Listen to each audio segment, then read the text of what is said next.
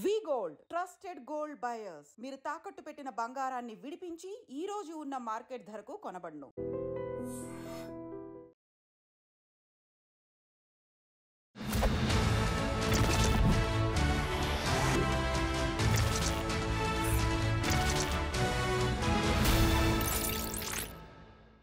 అందరికీ నమస్కారం. నేను Swaroopa Potlapalli. Welcome to I dream.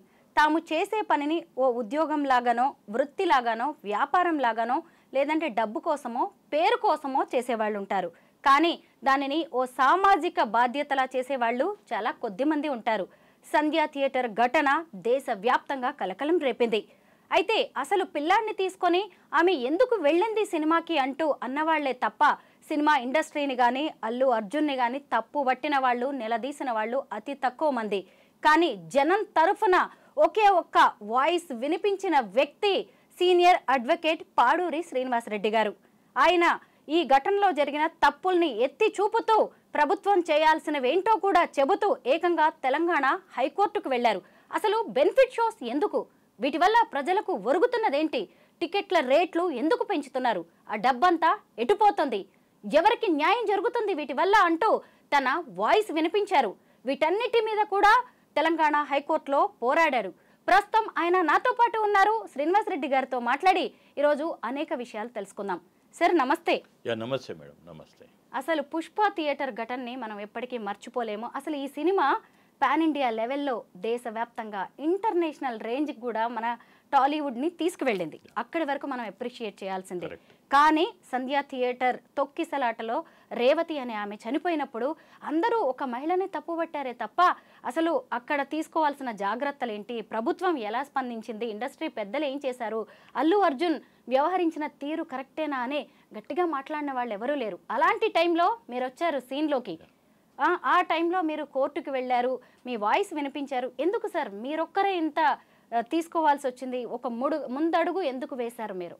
అంటే మేము ఫస్ట్ 22 నవంబర్ నాడు ఈ పుష్ప మూవీ మేకర్స్ ఎవరైతే ఉన్నారో, మైత్రి మూవర్స్ ప్లస్ వాళ్ళ సంస్థనే డిస్ట్రిబ్యూటర్స్, వాళ్ళు 22 నవంబర్ నాడు ప్రభుత్వానికి, తెలంగాణ ప్రభుత్వానికి ఒక అర్జీ పెట్టుకున్నారు. ఒక రిక్వెస్ట్ లెటర్. మాది పెద్ద సినిమా, తర్వాత మాకు కొన్ని రాయితీలు ఇవ్వాలి. అందులో ఒకటి 7 షోస్, ఒకటి తర్వాత ధరలు పెంపుదల, మూడవది బెనిఫిట్ షో. దీన్ని ప్రభుత్వం పరిశీలించిందా లేదా మనకు తెలియదు. కానీ మన 29 నవంబర్ నాడు మా దృష్టికి వచ్చింది. ఇది లేట్ ఈవినింగు. ప్రభుత్వము వాళ్ళ 22 నవంబర్ లెటర్ని ఆమోదిస్తూ వీళ్ళకి ఇట్లా బెనిఫిట్ షో 4వ తారీఖు నాడు నైట్ 9:30కి బెనిఫిట్ షో. దానికి తెలంగాణ, అక్రాస్ తెలంగాణ ఉన్న రేట్ల మీద, ఎగ్జిస్టింగ్ రేట్ల మీద 800 రూపాయలు ప్లస్ జిఎస్టీ యాడ్ చేసుకొని మీరు బెనిఫిట్ షోస్ నడపొచ్చని. తర్వాత మిగిలినది నెక్స్ట్ ఫ్యూ డేస్, ఒక వారం రోజులు 7 షోస్, అంటే మార్నింగ్ 1 o'clock, 4 o'clock నుంచి అట్లా 7 షోస్. అది ఎప్పుడు లేదు. తర్వాత అధిక ధరలు మళ్ళీ తర్వాత అప్ టు డిసెంబర్ 23rd దాకా ఈ ధరలు పెంచుకోవచ్చు, క్రమంగా తగ్గించవచ్చు అన్నట్టు ఉన్నది.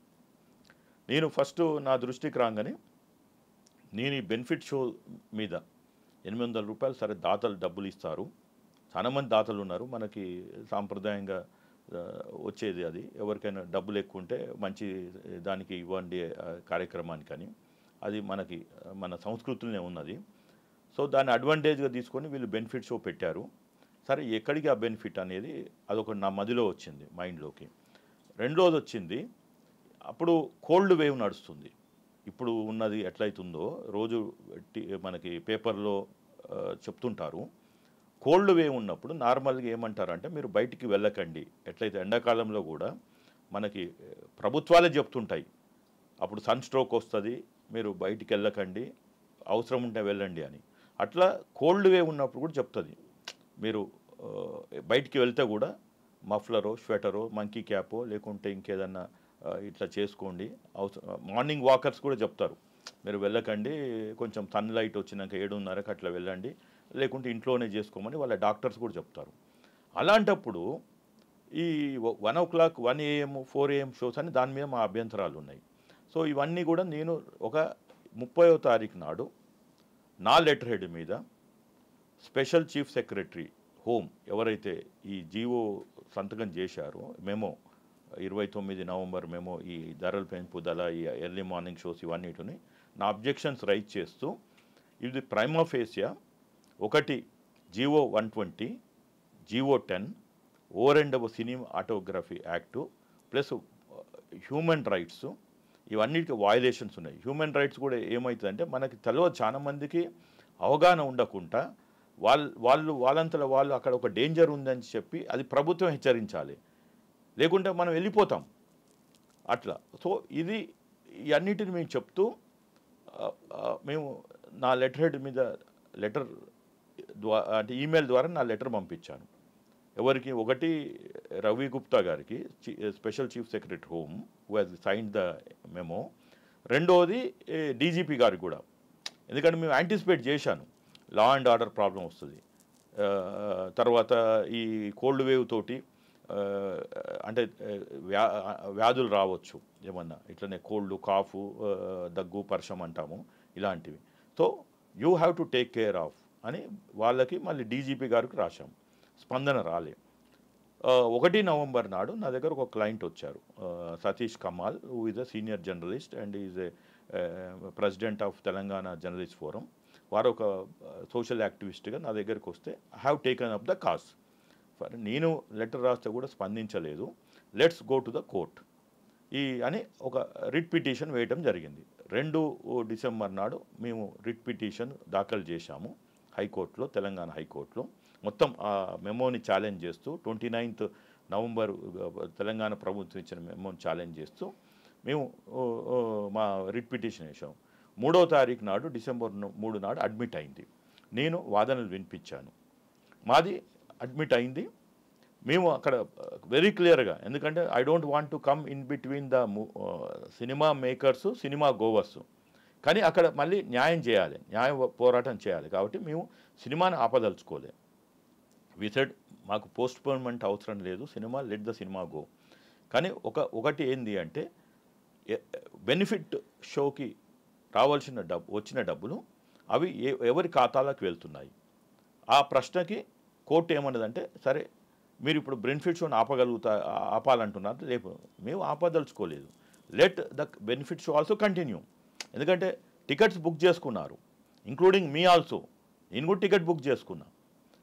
సో సినిమా చూడటము ప్రేక్షకుడి యొక్క హక్కు, right, having purchase the ticket.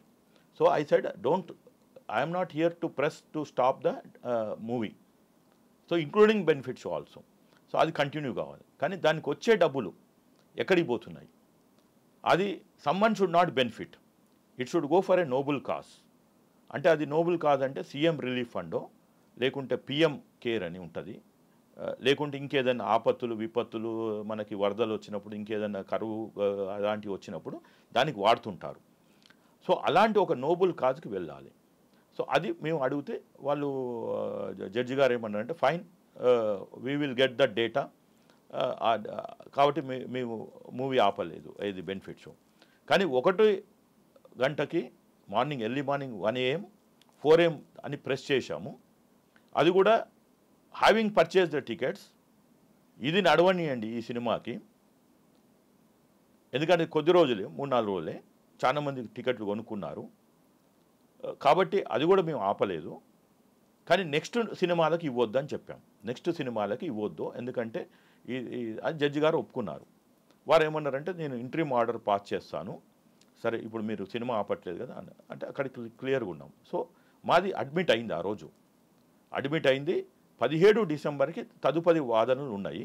17 డిసెంబర్కి Mythri movies వాళ్ళు ఈ ప్రశ్నలు, ఏదైతే బెనిఫిట్ షో డబ్బులు ఎక్కడికి పోతున్నాయి, వాళ్ళ దగ్గర ఇంకా అదొకటే ఉన్నది, మిగిలింది ఇంకా మెమోని మేమేమి సస్పెండ్ చేయమని లేదు, లేదా మనం సినిమాని ఆపమని అనలేదు. ప్యారలల్గా అది వేరే వాళ్ళు సినిమా ఆపమని అడిగారు. అక్కడ మాత్రం వాళ్ళకి ₹1,00,000 పెనాల్టీ వేసి చాలా డిస్మిస్ చేశారు వాళ్ళ డబ్ల్యూపీ రిట్ పిటిషన్ని. మాది అడ్మిట్ అయింది. ఇప్పుడు కూడా నడుస్తుంది my writ petition. My fight on Pushpa 2 is still going on. ఇప్పుడు నెక్స్ట్ వాదన 20వ తారీఖు ఫిబ్రవరి నాడు ఉంది. సో ఇది ఒక సుదీర్ఘమైన ఒక క్షణికావేశంతో వేసిన కేసు కాదు, పేరుకో ప్రతిష్టకో కాదు. ఇది సినిమా ఇండస్ట్రీలో జరుగుతున్న ఏదైతే సగటు ప్రేక్షకుడికి పాపం వాళ్ళు ఏదో కాయకష్టం చేసి సంపాదించుకున్న డబ్బుని, లేదు పెద్దవాళ్ళు అంటే ధనికులు కూడా ఆ బెనిఫిట్ షోకి వచ్చి మేము ఏదో మేము ఆ డబ్బులు ఎక్కడికి పోతున్నాయి అనేది నాది, అది ఆ పోరాటం జరుగుతుంటుంది. ఆ బెనిఫిట్ షోకి వచ్చిన డబ్బులు ఎలాగో అది ఎక్కడనో దగ్గర ఉంటుంది, దాన్ని మేము ఎస్క్రో అకౌంట్ చేయమని చెప్పాము. కానీ కోర్టుకి ఆ పరిధి లేదు escrow account, because I'm a trained not only a lawyer, I'm a management consultant. My specialization is in international trade and economic law. So నాకు తెలుసు ఒక న్యాయవాదిగా కోర్టుకి ఏం పరిధులు ఉంటాయి. రెండోది, we have to balance between justice and also economic activity in the country also. కాబట్టి నేను ఒక ఈడియట్గానో ఒక ఫూల్గానో ఇమేచ్యూర్డ్గానో మేము మా వాదనలు వినిపించలే. It is at a high intellectual level for a longer industry reforms కోసం చేశాము అని మా క్లయింట్ కూడా క్లియర్గా చెప్పాను. అతను కూడా being a association president, he also has the magnanimity to understand my way of fighting the case. So he is with me. So దాంట్లో మాకైతే ఇప్పుడు we are happy with what the court has given. So అంటే మళ్ళీ step by ఇస్తున్నారు. నిన్న కూడా మేము మళ్ళీ ఇంకొక అడిగాం ఎస్టర్డే ఆల్సో మళ్ళీ హియరింగ్లో. వాళ్ళు అంటే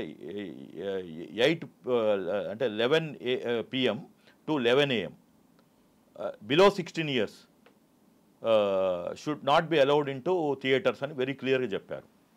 సో అది రేపు ఇంకొక 2 daysలో ఆర్డర్ అవుతుంది. అంటే yesterday has dictated the order, being a Saturday and Sunday, most probably Monday will get it. So then we can share with the media also. అయితే సంధ్య థియేటర్లో తొక్కిసలాట జరిగిన తర్వాత రేవతి అనే ఆమె చనిపోయింది. ఆ తర్వాత జరిగిన పరిణామాలన్నీ మనం చూసాం. ప్రభుత్వం కూడా దీని మీద చాలా సీరియస్గా రెస్పాండ్ అయింది. ఏకంగా సీఎం రేవంత్ రెడ్డి అసెంబ్లీలోనే ప్రకటన చేశారు, ఇక మీదట టికెట్ల పెంపు ఉండదు అని చెప్పారు. అలాగే మళ్ళీ బెనిఫిట్ షోస్ కూడా ఉండవు సంక్రాంతికి రిలీజ్ కాబోయే ఏ భారీ బడ్జెట్ సినిమాకి కూడా అని ఆయన అంత ఖచ్చితంగా చెప్పిన తర్వాత మళ్ళీ గేమ్ చేంజర్కి ఎలా తీసుకొచ్చుకున్నారు జనవరి 10న రిలీజ్ అయిన ఈ సినిమా కోసం? తర్వాత ఏం జరిగింది? తెర వెనుక చాలా కథ నడిచింది దానికి సంబంధించి, అది మీకు తెలుసు, మీరే ప్రత్యక్ష సాక్షి. అవునండి. ఇప్పుడు మేము ఎప్పుడైతే ఈ పోరాటం చేస్తున్నామో పుష్ప 2 మీద మా ఏదైతే రిట్ పిటిషన్ యాక్సెప్ట్ అయిందో ఆ రోజు మేము క్లియర్గా చెప్పాము, అంటే హెల్త్ ఇష్యూస్ వస్తాయి, లా అండ్ ఆర్డర్ ప్రాబ్లం వస్తుంది, కానీ ఇట్లా స్టాంపేడ్ అవుతుందని మేము ఊహించలేదు. ఎందుకంటే నెక్స్ట్ హియరింగ్లో జడ్జి గారు అడిగారు, మీరు ఏమన్నా అది అలాంటి పాయింట్ ఏమన్నా మెన్షన్ చేశారు? ఎందుకంటే పాపం వారి కాన్షియస్ కూడా have passed an order that day to suspend benefit shows, the one life would have been saved అనేది ఆయనకు మనసులో ఉన్నది. నన్ను ఫస్ట్ అడిగాడు మా నెక్స్ట్ హియరింగ్లో 17వ తారీఖు నాడు. నేను చెప్పాను, స్టాంపేడ్ అనే వర్డ్ మేము వాడలేదు, బట్ డెఫినెట్గా లా and order problem and anti social elements రావడానికి ఉంటాయి. అందుకని గ్రామీణ ప్రాంతాలలో 1ంటికి 4ంటికి అంటే కొందరు ఫ్యామిలీస్ తోటి వస్తారు, మహిళలు వస్తుంటారు, వాళ్ళ మీద ఏమన్నా అటాకులు, గ్యాంగ్ రేప్స్ ఇలాంటివి ఏమైనా జరగవచ్చు అనేది మేము ఉంచాము. That is why we have kept a open word used as a law and order problem and illegal activities, anti social elements may take an advantage అని చెప్పాం. కానీ దిస్ వీ నెవర్ యాంటిసిపేటెడ్ అని చెప్పాను. But unfortunately one life has lost and ఎవరైతే చనిపోయారో రేవతి గారు, పాపం వాళ్ళ అబ్బాయి కూడా ఈరోజు దానికి కూడా హాస్పిటల్ ఉన్నట్టు అనిపిస్తుంది. అంటే నేను కూడా పోయి చూశాను. ఇన్ఫ్యాక్ట్ అది 5th నాడు మేము ప్రెస్ మీట్ కూడా పెట్టాము. నాకు తెలియగానే నేను పోలీస్ స్టేషన్కి వెళ్ళాను. ఏదైతే మధ్యరాత్రి అక్కడ తొక్కిసలాట 9:30కి ప్రాంతంలో జరిగిందో, నాకు 12:30కి 1 o'clockకే మెసేజ్ వచ్చింది, one life has lost and somebody, అంటే అప్పటికి వీళ్ళిద్దరు కనెక్టింగ్ మదర్ అండ్ సన్ అని తెలియదు నాకు. ఇంకొక బాబు కొంచెము అది క్రిటికల్గా ఉన్నాడని తెలిసింది. సో నేను next day around 1 o'clock 2 o'clock after my this one court work Chikkadpally police స్టేషన్కి వెళ్ళి అక్కడ ఎస్ఓచ్ అని కలిస్తే అప్పుడు చెప్పాడు, లేదు సార్ అన్ఫార్చునేట్లీ మదర్ చనిపోయింది, వాళ్ళ సన్నే శ్రీతేజ్ అతను ఇట్లా కోమాలో ఉన్నాడు అని. మళ్ళీ వాట్ హ్యాపెండ్ అంటే అతను చూపించాడు నాకు, వీడియోస్ అవన్నీ చూపించారు, మేము ఈవెన్ ఇతన్ని సేవ్ చేయగలిగాము, పీసీఆర్ చేశాము, ఇదంతా చెప్పాడు. ఆమెనేమో అక్కడనే స్పృహ పడిపోయింది, ఇంకా మేము హాస్పిటల్ తీసుకుపోతే డిక్లేర్ డెడ్ అని చెప్పారు అని. సరే నేను ప్రెస్ మీటు ఆ రోజు పెట్టి అంటే మా ప్రెస్ మీట్ ఆల్రెడీ ఉన్నది, but that is for what we have done for benefit shows and early morning shows ఒక క్లారిటీ ఇవ్వటానికి. ఎందుకంటే ఒక పిటిషన్ ఏమో కొట్టేశారు, రిట్ పిటిషను, ఫైన్ వేశారు ₹1,00,000. సో మాదేమో అడ్మిట్ అయింది. సో మీడియాలో ఏమైందంటే అది మన ఈ పుష్ప 2కి క్లియరెన్స్ వచ్చింది, ₹1,00,000 ఫైన్ వేశారు అన్నట్టు మొత్తం మీడియాలో, అది సోషల్ మీడియా, ఎలక్ట్రానిక్లో, even print media, the Hindu పేపర్లో కూడా వచ్చింది. మాది ఎక్కడో కింద రాశారు, another petition is admitted and it is next hearing is on 17th. వారు ఎస్క్రో అకౌంట్ అడిగారు, జడ్జి గారు ఇవ్వలేదు, బట్ అల్టిమేట్గా ఆ పైసలు బెనిఫిట్ షోది ఎక్కడ పోవాలనేది తర్వాత నిర్ణయిస్తారనేది అది ఒక చిన్న బిట్గా రాశారు ఒక పారాగ్రాఫ్లో. బట్ హెడ్డింగ్ మాత్రం పుష్ప 2కి క్లియరెన్స్ వచ్చింది, అది చివాట్లు పెట్టిన హైకోర్టు ఏదో అని రాశారు, ₹1,00,000 పెనాల్టీ వేశారు, ఫైన్ వేశారని. అయితే ఆ క్లారిటీ కోసం మేము ముందరనే ప్రెస్ మీట్ పెట్టాము. 3rd నాడు మాది అడ్మిట్ అయింది, ప్యారలల్గా ఇంకొక రిట్ డిస్మిస్ అయింది. సో ఆ కన్ఫ్యూజన్ని క్లారిఫై చేయడానికి, క్లియర్ చేయడానికి మేము 5th నాడు ప్రెస్ మీట్ పెట్టాము. ఎందుకంటే 4th హెడ్లైన్స్ మెయిన్ మీడియాలో, మెయిన్ పేపర్స్ ఉన్నాయి కదా ప్రింట్ మీడియాలో, వాళ్ళు ఇట్లా పుష్ప 2కి లైన్ క్లియర్ అయింది, హైకోర్టు చివాట్లు పెట్టింది, ₹1,00,000 పెనాల్టీ వేసిందని రాసినాక నేను ఈవెన్ హిందూలో, because I read Hindu, so Hindu, డీసీలో, టైమ్స్ ఆఫ్ ఇండియాలో, మళ్ళీ మన తెలుగు పేపర్లలో చూసినాక ఇమ్మీడియట్గా I thought it is my duty to clarify to the entire సమాజానికి. పుష్ప 2కి లైన్ క్లియర్ అయింది కరెక్టే, దాంట్లో మేమేం మా పాయింట్ కూడా అది కాదు. ఎందుకంటే నేను గైడ్ చేసేదే కన్సల్టెన్సీ, లీగల్ కన్సల్టెన్సీ ఇచ్చేదే బిజినెస్ హౌజెస్కి, ప్లస్ నా క్లయింట్స్ కూడా చాలామంది బిజినెస్లు ఉండు, వాళ్ళ కష్టాలు ఏంటో నాకు తెలుసు, కాబట్టి I'm not there to stop that. But we want to know about the benefit, money ఎక్కడికి పోతుంది, ఎవరు బెనిఫిట్ అవుతున్నారో ఆ బెనిఫిట్ షోకి వచ్చిన పైసలు అక్కడ దానికే మనది. రెండోది 1ంటికి 4ంటికి షోలు పెట్టొద్దు అనేది. So 5 shows is okay, is no problem, but 6th and 7th should not be allowed. అది మాది అడ్మిట్ అయింది, మేము సుదీర్ఘ వాదనలు వినిపిస్తాము అని చెప్పాము, ఇక అది అక్కడికి నడుస్తుంది. కానీ ఈ క్లారిఫికేషన్ ఈ లోపల ఈ సంఘటన పుష్ప 2 బెనిఫిట్ షోకి అక్కడ సంధ్యా థియేటర్లో రావటము అక్కడ జరిగిన సంఘటన.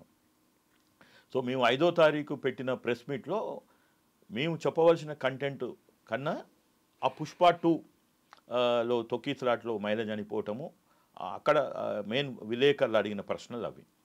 అయితే నేను చెప్పాను ఏంటి అంటే, తప్పు జరిగింది, ఇటు ప్రభుత్వము వాళ్ళు ఎలో చేయటము ఒకటి, ఇంకా అది ఇప్పుడు అందరికీ తెలుసు, కానీ ఆ రోజు అసలు ఏమి తప్పు జరిగింది అనేది ఒక విశ్లేషణ జరగాలి అని. బెనిఫిట్ షోస్కి సంబంధించి చెప్పండి, గేమ్ చేంజర్కి మళ్ళీ ఎలా ఇచ్చారు, రేట్లు పెంచుకోవడానికి కావచ్చు, బెనిఫిట్ షోకి కావచ్చు, మీరు ఇంత దీని గురించి ఫైట్ చేశారు కదా, అయినా మళ్ళీ ఎందుకు సీఎం కూడా ఒక మాట ఇచ్చిన తర్వాత ఎందుకు గేమ్ చేంజర్ విషయంలో ఇలా జరిగింది?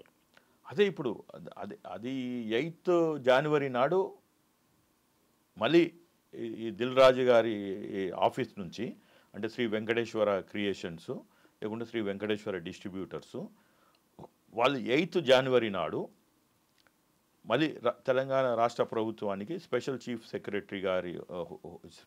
సెక్రటరీ హోమ్ రవి గుప్తా గారి ఆఫీస్కి లెటర్ రాయడం జరిగింది.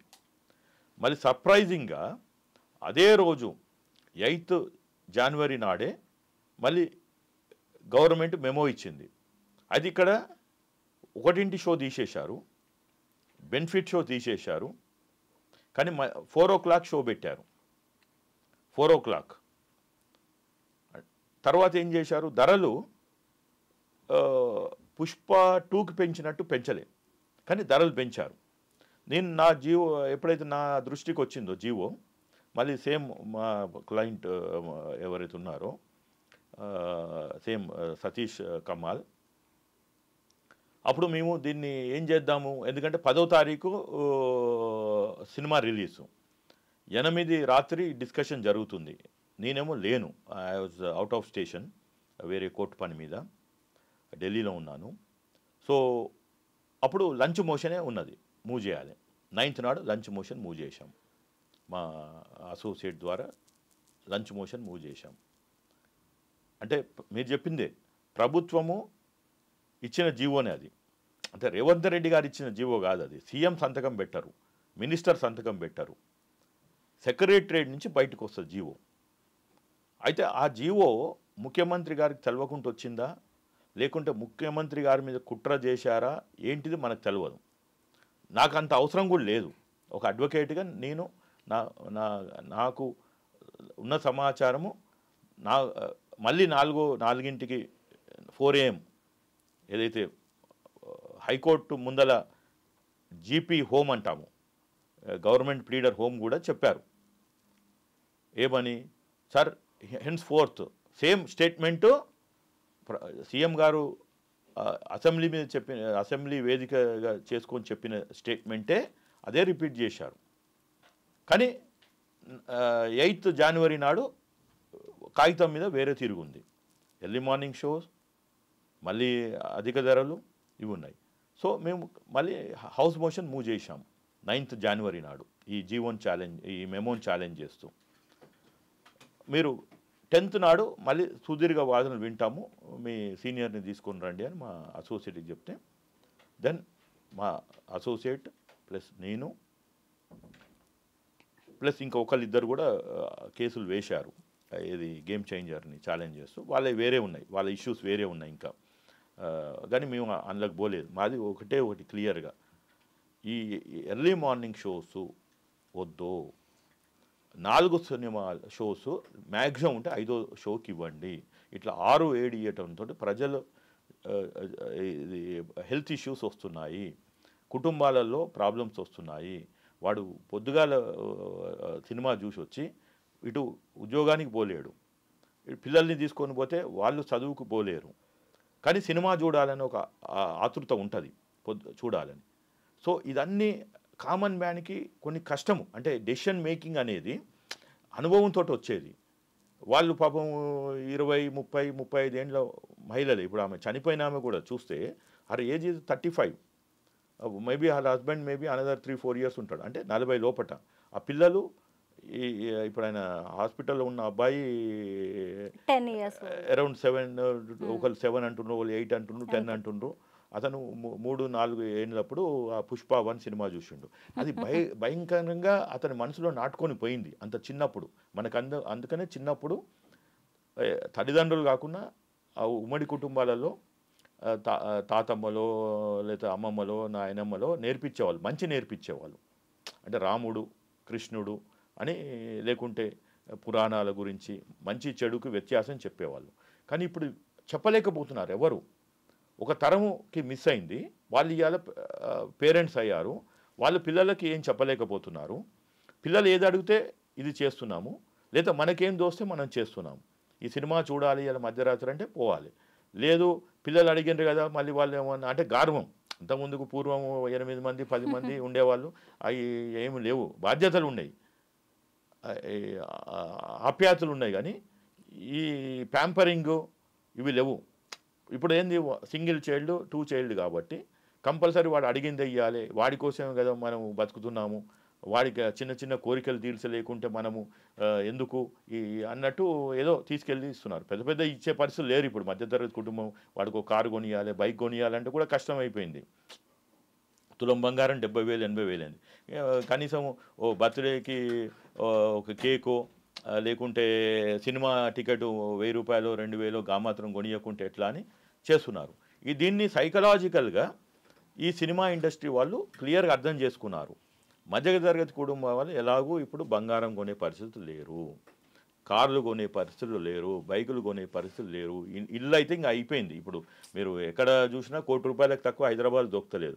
కాబట్టి ఏమున్నా సినిమాల మీద పెడతారు. సినిమాకి వచ్చినప్పుడు ఎలాగో అక్కడ తిండి తింటారు, పాప్కార్న్ అది ఇది.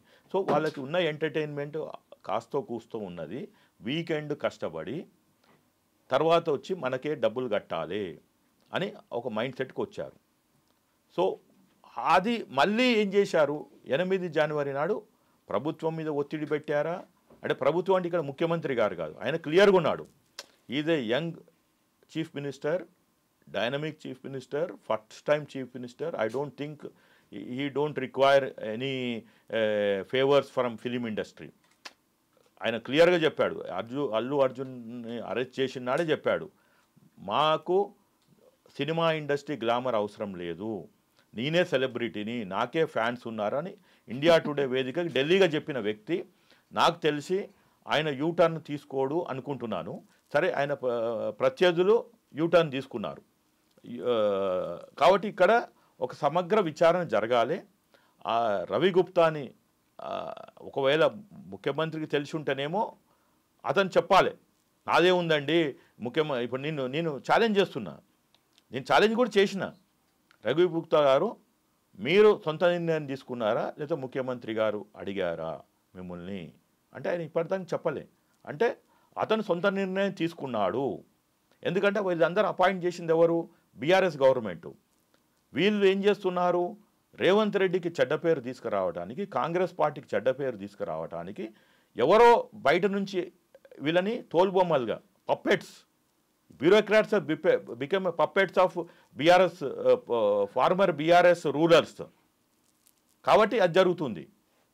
లేదు అంటే వాళ్ళని కూడా కేసులు ఇరికిస్తూ ఉంటున్నారు. ఇప్పుడు ఎట్లయితే అరవింద్ కుమార్ని ఫస్ట్ ఏమన్నాడు కేటీఆర్, ఏది ఈ ఫార్ములాలో అంతా నేనే చేసిన, అరవింద్ కుమార్కి నేనే సజెషన్స్ ఇచ్చాను, ఏమన్నా ఉంటే నన్నే ఉరిదీరి, నన్నే రాళ్ళతోటి కొట్టురి, చట్టంలో ఏ శిక్ష ఉంటే అది ఏరి, I'm ready to go to jail అన్నాడు.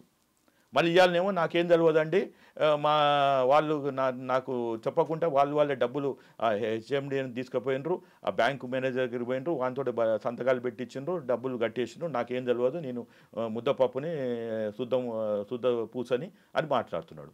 అంటే ఈ అపోజిషన్ లీడర్స్ ఈ ప్రభుత్వాన్ని ఇరుకున పెట్టడానికి 8 జనవరి జీవో వచ్చిందని నేను పర్సనల్గా బిలీవ్ చేస్తున్నా, ఒక అడ్వకేట్ కాదు ఇక్కడ. ఎందుకంటే న్యాయ సూత్రాలు, ఫ్యాక్ట్స్, ఎవిడెన్స్ ఇక్కడ నా దగ్గర లేవు. కానీ ఒక సామాజికవేత్తగా వీళ్ళ మైండ్ సెట్ నాకు తెలుసు కాబట్టి, వాళ్ళతో కలిసి తిరిగిన వ్యక్తిగా I can come to a conclusion that Revanth Reddy is neat and clean in giving that 8th January memo. Somewhere something he's happened అనేది, దాని మీద కూడా మా పోరాటం ఉంది. కానీ గేమ్ చేంజర్కి మాత్రము మేము విజయం సాధించాం. 10th నాడు హానరబుల్ హైకోర్టు ఆఫ్ తెలంగాణ ఒక ఇంట్రీమ్ ఆర్డర్ ఇచ్చింది. ఎమ్మటే అదే రోజు కాపీ మేము తీసుకున్నాము ఆగమేఘాల మీద. ఆ కాపీ రాగానే నేను నా ఈమెయిల్ ద్వారా మళ్ళీ ఇదే రవిగుప్తా గారికి పంపించాను. చూడండి, మీరు ముఖ్యమంత్రి గారి అసెంబ్లీ ద్వారా ఇచ్చిన స్టేట్మెంట్ని బేఖాతరు చేస్తూ 8th January నాడు మీరు ఇచ్చారు మెమోని, మేము ఛాలెంజ్ చేశాము. దాని పరిణామంగా 10th నాడు హైకోర్టు ఇచ్చిన ఆర్డర్ని ఇప్పటికైనా మీరు దీన్ని అమలు పరచాలి. ఎందుకంటే హైకోర్టు ఆర్డర్ 24 గంటల్లో మీరు పరిశీలించాలి, పునర్పరిశీలించాలి, లేని పక్షంలో మేము మళ్ళీ చర్యలు తీసుకుంటామని రాస్తే, ఆయన ఏమంటాడు, నాకు 24 గంటల్లో నాకు నోటీస్, అది ఎందుకంటే మళ్ళీ సెలవులు ఉన్నాయి, అది సాటర్డే సండే సెలవులు ఉన్నాయి, నేను ఊరు వెళ్ళిపోయినా పండగకి పోయినా అది అని చెప్పవచ్చు వాళ్ళు. ఇప్పుడు మనం న్యాయం చేయాలి అనుకుంటే ఎంత దూరమైనా వెళ్తాము, కానీ అన్యాయం చేయాలి, ప్రజలను ముంచాలి, అది ఎవరైనా కావచ్చు, చేయాలనుకున్నప్పుడు వాళ్ళు వాళ్ళ ధర్మాన్ని, నీతిని తప్పించుకు తిరుగుతారు అని ఈమెయిల్ ద్వారా 10th నాడు పెట్టాను. అది కరెక్ట్గా ఆయన 11th నాడు మధ్యాహ్నమో ఈవినింగో చెప్పాడు, we are recalling that GO, we cancelling. 8th January నాడు ఇచ్చిన గేమ్ చేంజర్కి ఇచ్చిన మేము అన్ని అది ఎర్లీ మార్నింగ్ షోస్ ఎలాగో అప్పటికి షో అయిపోయింది, ఎర్లీ మార్నింగ్ షో, అది 4 AM ఇంకా మిగిలిన రోజులు లేవు. కానీ 6 షోస్, అప్పుడేమో పుష్ప 2కి 7 షోస్ ఇచ్చారు, ఇది 6 షోస్. సో 6 నుంచి మళ్ళీ 5కి తీసుకొచ్చారు. సో ఇప్పుడు ఏమైంది అంటే ఇక అసలు నెంబర్ ఆఫ్ డేస్ కూడా తగ్గించారు. 11th January నుంచి 19th January నుంచి దాన్ని ఏం చేశారు మళ్ళీ 15th or 16th, ఎందుకంటే అప్పటికి చాలామంది టికెట్లు కొన్నారు, పండగ పూట వాళ్ళని ఇబ్బంది పెట్టడం అని మేము కూడా అడగలే. ఇప్పటిదానికి టికెట్లు కొన్న వాళ్ళకి ఇబ్బందులు వద్దు, ఎందుకంటే వానికి డబ్బులు మళ్ళీ తిరిగి రావాలంటే రావు. ఇప్పుడు ఆన్లైన్లో మళ్ళీ రివర్స్ ట్రాన్సాక్షన్ చేయొచ్చు, కానీ వాడు ఏదో పోయి క్యాష్ కొన్నోడు వానికి ఎక్కడ చేస్తారు? మళ్ళీ ఆడి టికెట్లు పట్టుకరా అంటే ఎక్కడి నుంచి పట్టుకొస్తాడు? మళ్ళీ క్యూలో నిలబడాలంటే 200-300 రూపాయలకి మళ్ళీ ఆడు క్యూలో నిలబడలేడు. అయితే ఇక్కడ గేమ్ చేంజర్ టికెట్ల పెంపు కావచ్చు, బెనిఫిట్ షోస్కి సంబంధించి CM Revanth Reddy neat and క్లియర్గా ఉన్నారని మీరు చెప్తున్నారు. అయితే మొత్తానికి మీరు తీసుకున్న యాక్షన్ కావచ్చు, మీరు వేసిన పిటిషన్స్తో ఆ తర్వాత వచ్చిన డాకు మహారాజ్ కానీ సంక్రాంతికి వస్తున్న వీటికి మాత్రం మళ్ళీ టికెట్ల రేట్లు పెంచడం, బెనిఫిట్ షోస్ లాంటివి లేవు. ఇక్కడి వరకు ఖచ్చితంగా మిమ్మల్ని అప్రిషియేట్ చేసి తీరాల్సిందే. అయితే ఇక్కడ మళ్ళీ రేవంత్ రెడ్డి సర్కార్ మీద మరో ఆరోపణ వచ్చింది, పెద్ద విమర్శలని ఆయన ఎదుర్కోవాల్సి వచ్చింది. సినిమా ఇండస్ట్రీ పెద్దలతో ఆయన ఒక పెద్ద సమావేశం పెట్టారు ఇక మీదట ఎలా ఉండాలి అనే దాని మీద. అయితే అది జరిగిన తర్వాత ఇండస్ట్రీ నుంచి 500 కోట్ల రూపాయలు సీఎం రేవంత్ రెడ్డికి వచ్చాయి అని చెప్పి పాడి కౌశిక్ రెడ్డి, బీఆర్ఎస్ ఎమ్మెల్యే లాంటి వాళ్ళు ఆరోపణలు చేశారు. దాని మీద కూడా మీరు వెంటనే రెస్పాండ్ అయ్యారు. ఎందుకంటే అక్కడ సీఎం ఖండించలేదు, కాంగ్రెస్ పార్టీ ఖండించలేదు, ఏఐసీసీ ఖండించలేదు, మరి పాడి కౌశిక్ రెడ్డికి కూడా మీరు నోటీసులు ఇవ్వడం అనేది జరిగింది. ఎందుకు మీరు దీని మీద మళ్ళీ యాక్షన్ తీసుకోవాల్సి వచ్చింది? అవునండి, ఇప్పుడు 8th January నాడు ఇందాక అడిగినట్టు మీరు రవి గుప్తా గారు as a special chief secretary home వారి సంతకంతో మనకి మెమో బయటకు వచ్చింది. కానీ దాని వెనుక ఏం జరిగింది అనేది మనకు తెలియదు. ముఖ్యమంత్రి గారేమో క్లియర్గా చెప్పిండు, నేను ఈ సీట్లో కూర్చున్న దానిక there are no special privileges, there are no benefit shows, there are no special shows, there are no additional shows, no price hikes అని వెరీ క్లియర్ చెప్పిండు. తర్వాత మళ్ళీ కోమటిరెడ్డి వెంకటరెడ్డి గారు సినిమాటోగ్రఫీ మినిస్టర్ కూడా ఆయన అదే చెప్పిండు, ఇన్ హౌస్ చెప్పిండు, బయట చెప్పిండు, కౌన్సిల్లో చెప్పిండు. ముఖ్యమంత్రి గారేమో అసెంబ్లీలో చెప్పిండు, కౌన్సిల్లో వాళ్ళు రిపీట్ చేసిండ్రు. తర్వాత వారు పోయి మళ్ళీ 25 లక్షలు అక్కడ పోయి వాళ్ళ అబ్బాయి పేరు మీద ప్రతీక్ ఫౌండేషన్, వాళ్ళు చనిపోయిండు వాళ్ళ అబ్బాయి, ఆయన పేరు మీద 25 లక్షలు ఇచ్చిండ్రు. ఇక్కడికి అయిపోయింది. అంటే ఏదైతే ప్రభుత్వం తరపున చేయవలసినది ఏదైతే చేసిండ్రో వాళ్ళు అక్కడికి చేసిండ్రు. ప్లస్ చాలా ఘాటైన విమర్శలు కూడా చేశారు, వీళ్ళకి మానవత్వం లేదు, ఎందుకంటే ఇతను మన అల్లు అర్జున్ నేను 25 లక్షలు ఇస్తా అన్నాడు కానీ ఇవ్వలేదు. దాని మీద కూడా మేము చేశాము, పోరాటం చేశాము, మొత్తానికి ఆయనతోటి 2 కోట్లు ఇప్పించాము. కానీ అన్యూన్యంగా ఏదైతే 8th January రాగానే ప్రతిపక్షాలు మనకు అడ్వాంటేజ్ తీసుకున్నాయి.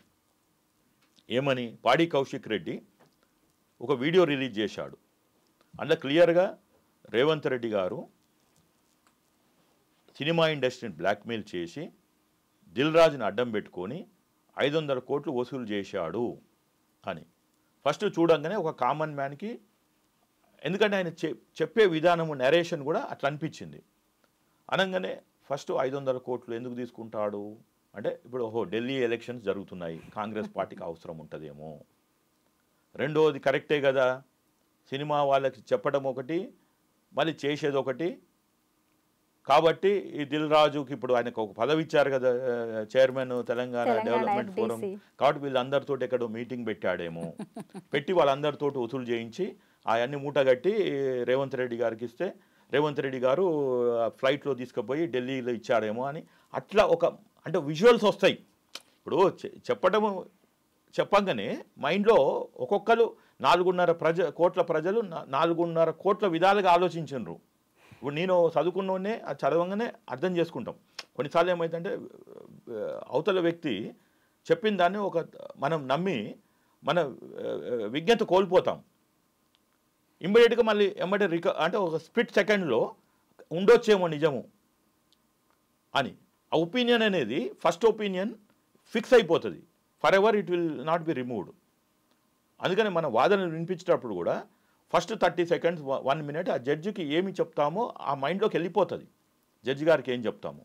ఎవరికైనా అంతే, for that matter. Opening statements very clear. ఇలాంటిది ఇప్పుడు ఆడొక సంఘటన జరిగింది. నేనేమో అసెంబ్లీ సాక్షిగానేమో క్లియర్గా చెప్పాడు, ఏది no benefit shows, no special shows, no price hikes, no early morning shows, ఇవన్నీ. ఇక్కడనేమో ఈ విధంగా జరిగింది. పాడి కౌశిక్ రెడ్డి గారు ఇది దాన్ని మేము తేల్చడానికి, ఎందుకంటే మనం ప్రజాస్వామ్యంలో ఉన్నాం. ప్రజాస్వామ్యంలో ప్రజలకి నిజాలు తెలవాలి. సరే, కోర్టు ద్వారా తెలవడానికి టైం పడుతుంది. అందుకనే ఫోర్త్ ఎస్టేట్ మీడియా ఉంది. మీడియా ద్వారానే తెలవాలి. నేను ప్రెస్ మీట్ పెడదామంటే నా దగ్గర సాక్ష్యాలు లేవు, ఆధారాలు లేవు. పాడి కౌశిక్ రెడ్డి గారి దగ్గర ఏదో ఒక ప్రూఫ్ అయినా ఉండాలి కదా. అలా నోటి మాట ద్వారా ఒక సీఎం మీద అంత పెద్ద అలిగేషన్ ఎలా చేస్తారంటారు? అదేనండి, ఇప్పుడు వారు రాజకీయంగా అంటే అపోజిషన్లో ఉన్నారు. ఇదే పిఆర్ఎస్ ఎమ్మెల్యే, అంతకుముందుకు కాంగ్రెస్లో ఉన్నారు. ఓవర్ అండ్ అబో 10 సంవత్సరాలు ఇప్పుడున్న ఆయన పార్టీ ఏదైతే బీఆర్ఎస్ ఉందో వాళ్ళే రూల్ చేశారు. ప్లస్ వాళ్ళే ఇప్పుడు అంటే ఎవరు అక్కడ అపాయింట్ చేసిన ఐపీఎస్ ఆఫీసరు ఇప్పుడు రేవంత్ రెడ్డి గారి టీం కాదు వీళ్ళంతా. ఇప్పుడు మీరు పక్క రాష్ట్రంలో చూస్తుంటే చంద్రబాబు నాయుడు గారు పాత టీం అంతా, జగన్ టీం అంతా రిమూవ్ చేశారు. ఐఏఎస్ని, ఐపీఎస్ని, గ్రామీణ వ్యవస్థలో కూడా వాలంటీర్లను వీళ్ళని అందరిని తీసేశాడు. ఆయన శిష్యుడైన రేవంత్ రెడ్డి గారు మాత్రం ఆ పని చేయలేదు. ఇక్కడ అదే అనిపిస్తుంది నాకు కొన్నిసార్లు. అంటే చాలా మంది చూడేటోళ్ళు అనుకోవచ్చు ఈజ్ ఏ కాంగ్రెస్ మ్యాన్ అది అని. I'm a politically neutral person, I'm a social activist and A political activist also. But ఇక్కడ ఎవరి వైపు నియతి ఉంటుందో వాళ్ళ వైపు మాట్లాడే వ్యక్తిని నేను. అది రేపు ఎవరైనా కావచ్చు. ఈ నియతిని మనం సమాజంలో పెంపొందించాలి. అక్కడ మనకు బ్లర్ అంటే మన ముందల ముసుగు రావద్దు.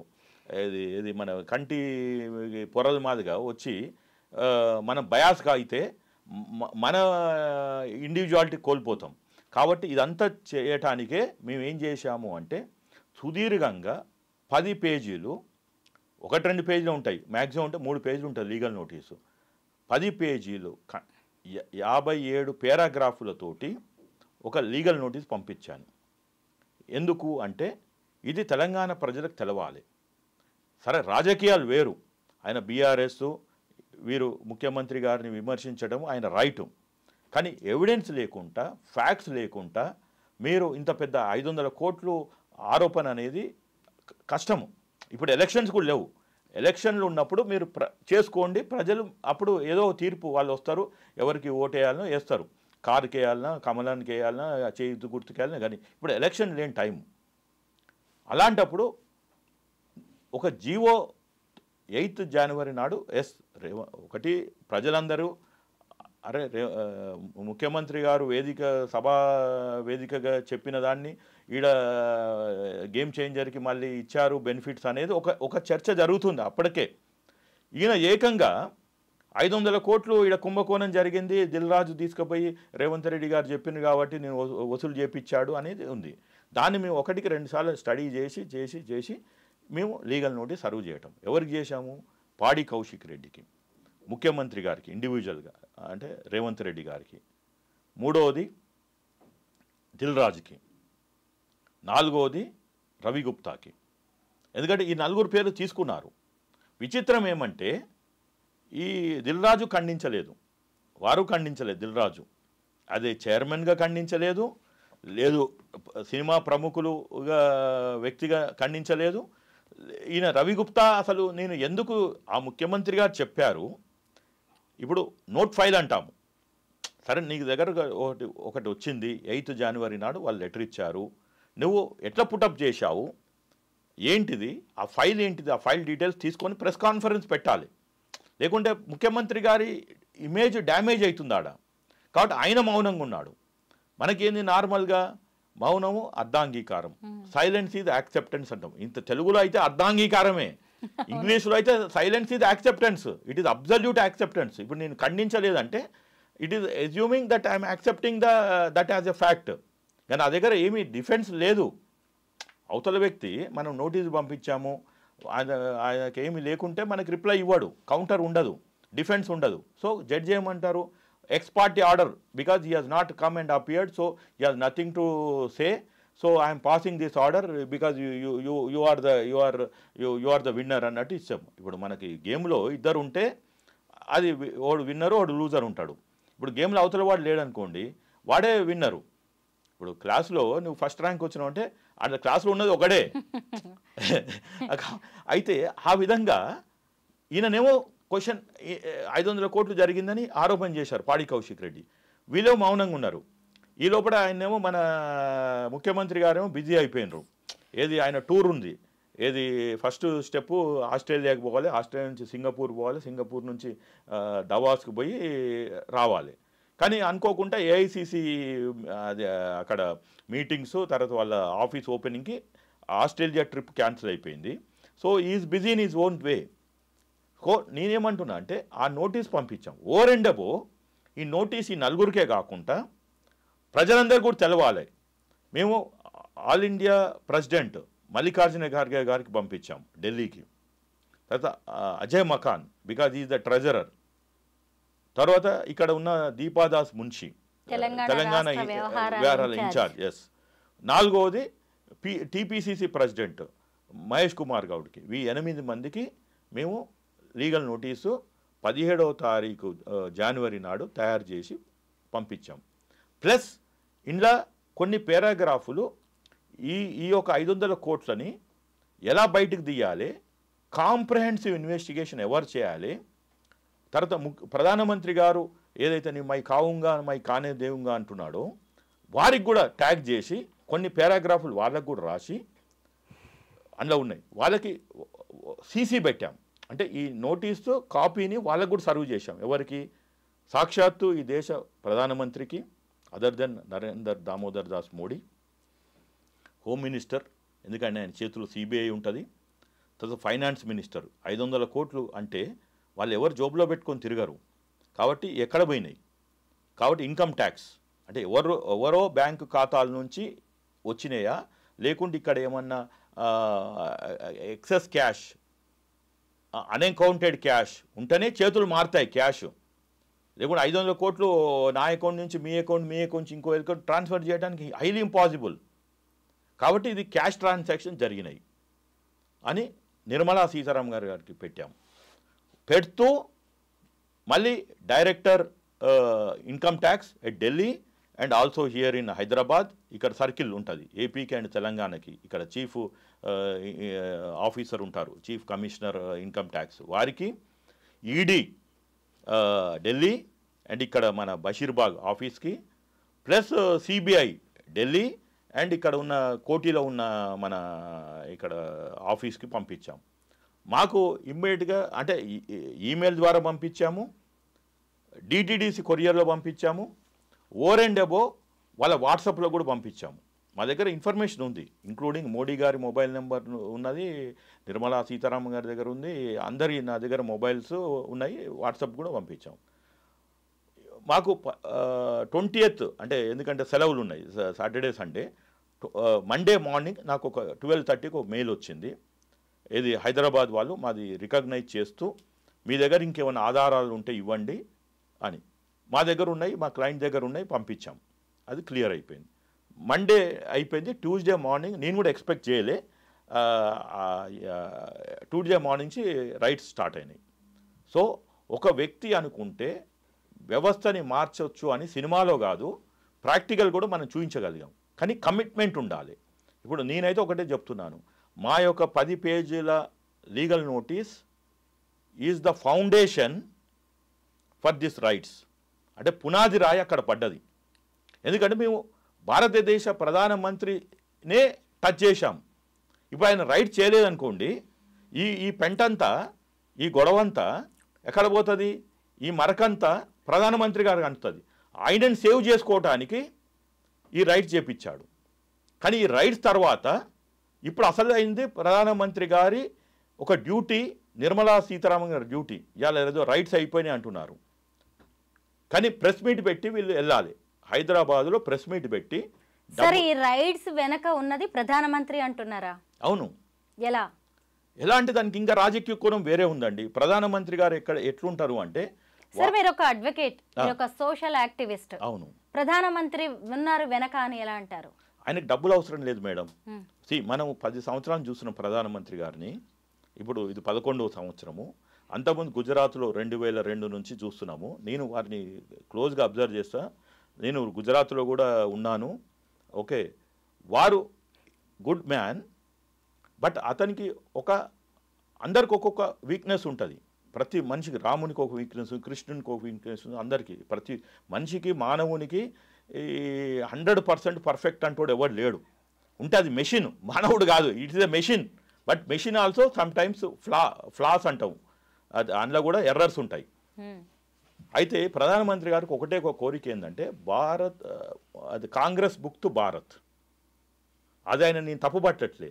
ఆయన 70 ఏళ్ళ సంవత్సరంలో కూడా 24/7 ఇదే నినాదం కోసం, దీనికోసం పనిచేస్తుండు. అది ఇక్కడ ఏంది అంటే ప్రధానమంత్రి గారు ఒకటి రేవంత్ రెడ్డి గారిని కాంగ్రెస్ నుంచి తీసుకొచ్చి నాన్ కాంగ్రెస్ గవర్నమెంట్ ఫామ్ చేయటం, లేదు ఈ గవర్నమెంట్ని కొలాప్స్ చేయటం. దీనికి కలిసి వచ్చే వాళ్ళు కూడా కలిసిపోతాడు. మీద రికార్డ్స్ చూపిస్తున్నారు. పుష్ప 2కి 2000 కోట్ల రూపాయలు వచ్చాయి అని చెప్తున్నారు. ఇటు చూస్తే సంక్రాంతికి వస్తున్నాం సినిమా కావచ్చు, డాకు మహారాజ్, వీటన్నిటి కూడా మంచి కలెక్షన్స్ వచ్చాయి, రికార్డ్స్ సాధించామని వీళ్ళంతటా వీళ్ళే చెప్తున్నారు, ఎలాంటి ప్రూఫ్స్ లేకుండా. అలాంటప్పుడు సగటు మనిషికి కూడా ఇక్కడ లేనిపోని ఇంట్రెస్ట్ అనేది క్రియేట్ అవుతుందిగా, నిజంగా ఇన్ని డబ్బులా అని చెప్పి మిగతా సినిమాల వాళ్ళు కూడా చూస్తారు కదా. ఇప్పుడు దీనిలో ఒక ప్రధానమంత్రి ఇన్వాల్వ్ అవ్వాల్సిన అవసరం ఏముంది? కాదు మేడం, ఇప్పుడు ఈ దేశంలో సెలబ్రిటీస్ అంటాము. ఓకే, ఈవెన్ పొలిటీషియన్స్ మీరు కరెక్ట్గా చెప్తే వాళ్ళకు ఓట్లు వేయించేది కూడా ఎవరు? సెలబ్రిటీసే. పొలిటీషియన్స్కి మళ్ళీ డబ్బులు ఇచ్చేది కూడా సెలబ్రిటీసే. అది క్రికెటర్స్ కావచ్చు, లేకుంటే ఫిలిం స్టార్స్ కావచ్చు. ఇప్పుడు ఈ అల్లు అర్జున్ ఉన్నాడు, ఆయన పోయి వాళ్ళ ఫ్రెండ్, వాళ్ళ మిస్సెస్ వాళ్ళ ఎవరు సమ్ రిలేటివ్కి అక్కడ పోయి ప్రచారం చేశాడు కర్నూలులో, వైఎస్ఆర్సీపీ వాళ్ళకి. అప్పుడే కదా విభేదాలు వచ్చింది.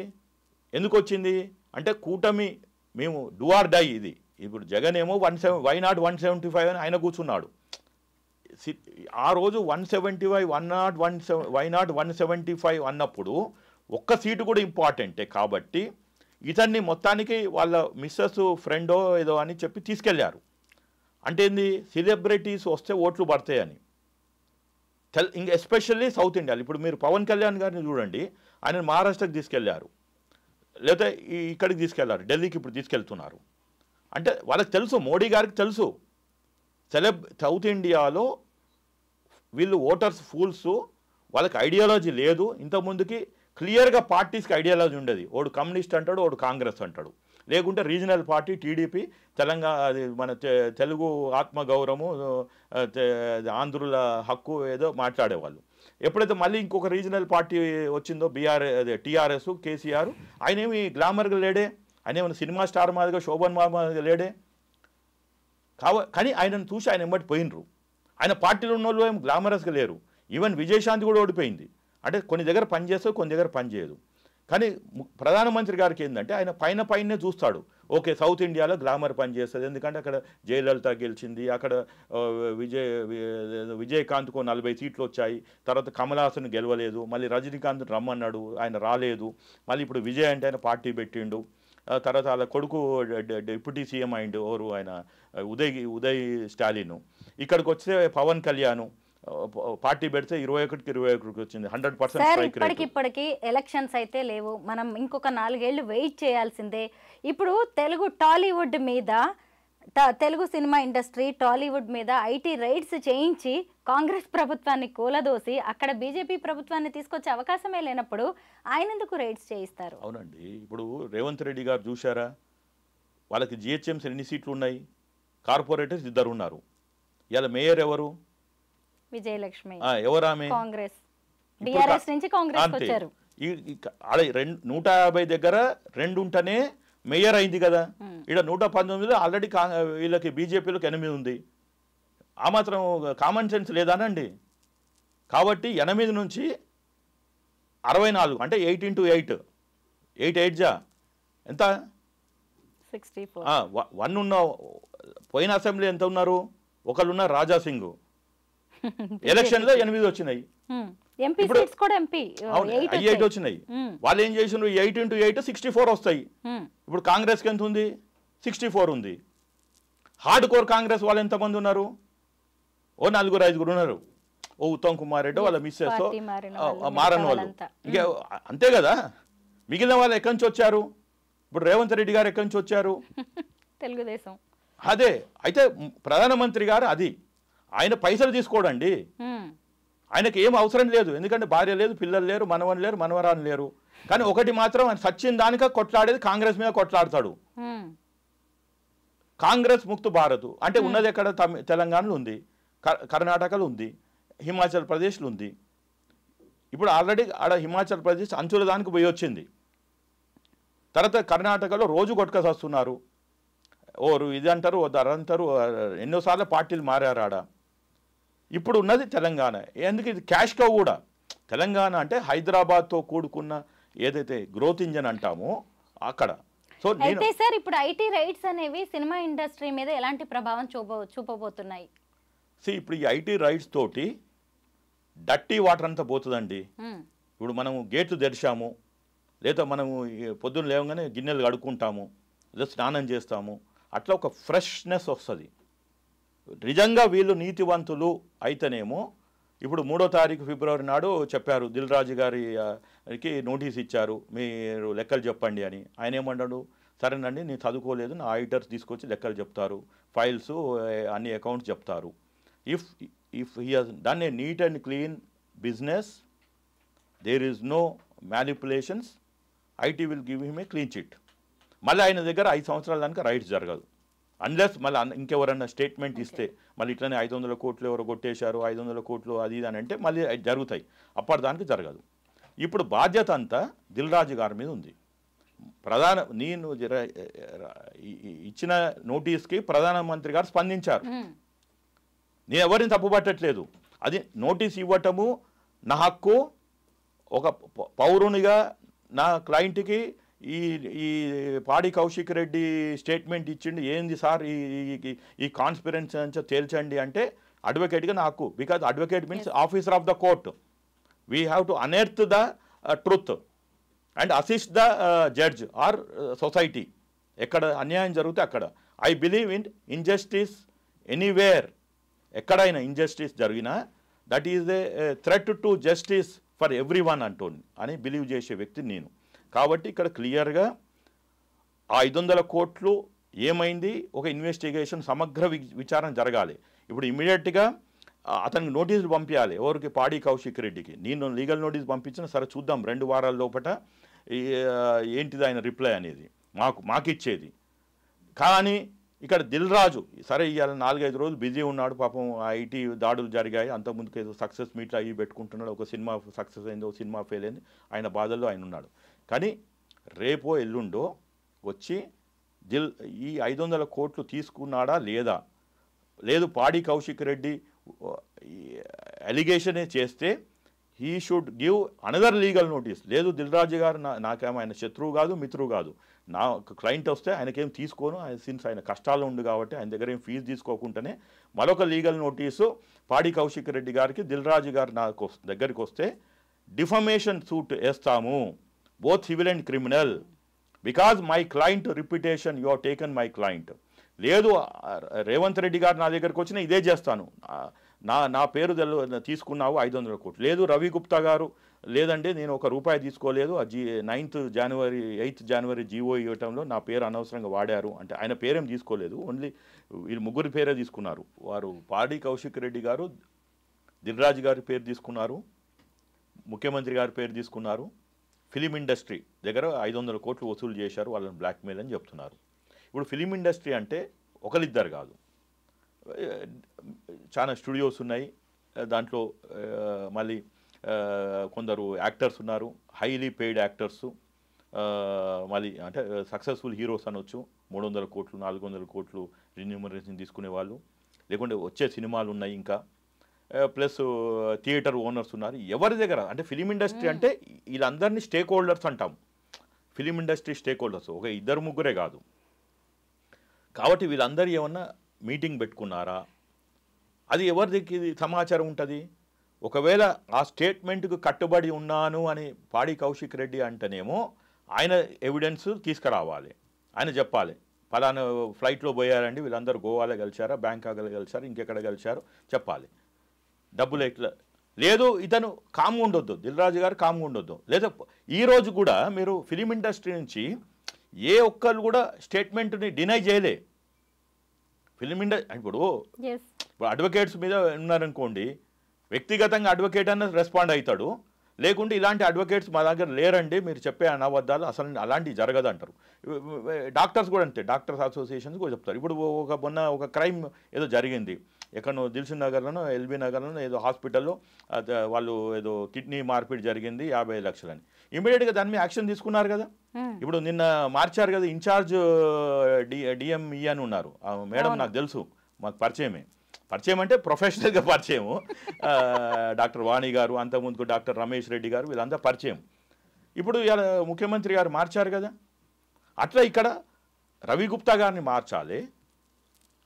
ఈ ఇండస్ట్రీ ఇప్పుడు వీళ్ళు వెంబడే అది వీళ్ళు డాక్టర్స్ అసోసియేషన్ వాళ్ళు ఖండించారు, ఇలాంటి జరగొద్దు, తప్పు ఇలాంటి చేయొద్దు అని మళ్ళీ ప్రజలని చైతన్యపరిచారు. ఆడ మీరు ఎంత ఉన్నా కానీ ఇట్లా డోనార్స్ అనేది ఒక వ్యవస్థ ఉంది, మీరు ఆడ రిజిస్ట్రేషన్ చేసుకోవాలని చెప్పి వాళ్ళ బాధ్యతగా అసోసియేషన్ చెప్పాయి. ఇప్పుడు ఇండస్ట్రీలో మొన్ననే 30 మంది వచ్చారు ముఖ్యమంత్రి గారికి, ఈ స్టేట్మెంట్ని ఎవరు ఖండిస్తలేరు, కనీసం 3 ముక్కల్లో కూడా ఖండిస్తలేరు. అంటే నాలాంటి ఒక విజ్ఞత ఉన్న వ్యక్తి, నా క్లయింటు, ఈ పోరాటాన్ని ఆపలేము కాబట్టి కంటిన్యూ చేస్తాము. రెండోది నేను అదే చెప్తున్నా, మీ ఛానల్ ద్వారా మీ ఇంటర్వ్యూ ద్వారా మీరు చెప్పేది ప్రేక్షకుడికి ఏంటంటే, ఫస్ట్ దిల్ రాజు గారు కొంచెం ఈ దాడులు అది ఇది అయిపోయి కొంచెం ఫ్రేమ్ ఆఫ్ మైండ్ కరెక్ట్గా ఉన్నాక ఫస్ట్ చేయవలసింది ఒకటి, మా లీగల్ నోటీస్ కన్నా రిప్లై ఇవ్వాలి. సరే మాకు ఇచ్చినా ఇవ్వకుండా నో ప్రాబ్లం, మా పోరాటం ఇంకా నెక్స్ట్ లెవెల్కి వెళ్తుంది. I will go to supreme court or I will see whatever information they will put in the public domain or whatever it is. కానీ వారు ఫస్ట్ కర్తవ్యం చేయవలసింది, chairman of Telangana film development చైర్మన్గా, ఇది political statement, ఇది వాపస్ తీసుకోవాలి, ఆయన బహిరంగ క్షమాపణ చెప్పాలి మీడియా పరంగా అని ఇంకొక వీడియో రిలీజ్ చేయాలని చెప్పాలి. లేని పక్షంలో ఒక డిఫమేషన్ సూట్ వేస్తాము అని చెప్పాలి, వారి పరువు నష్టం దావా అంటాము.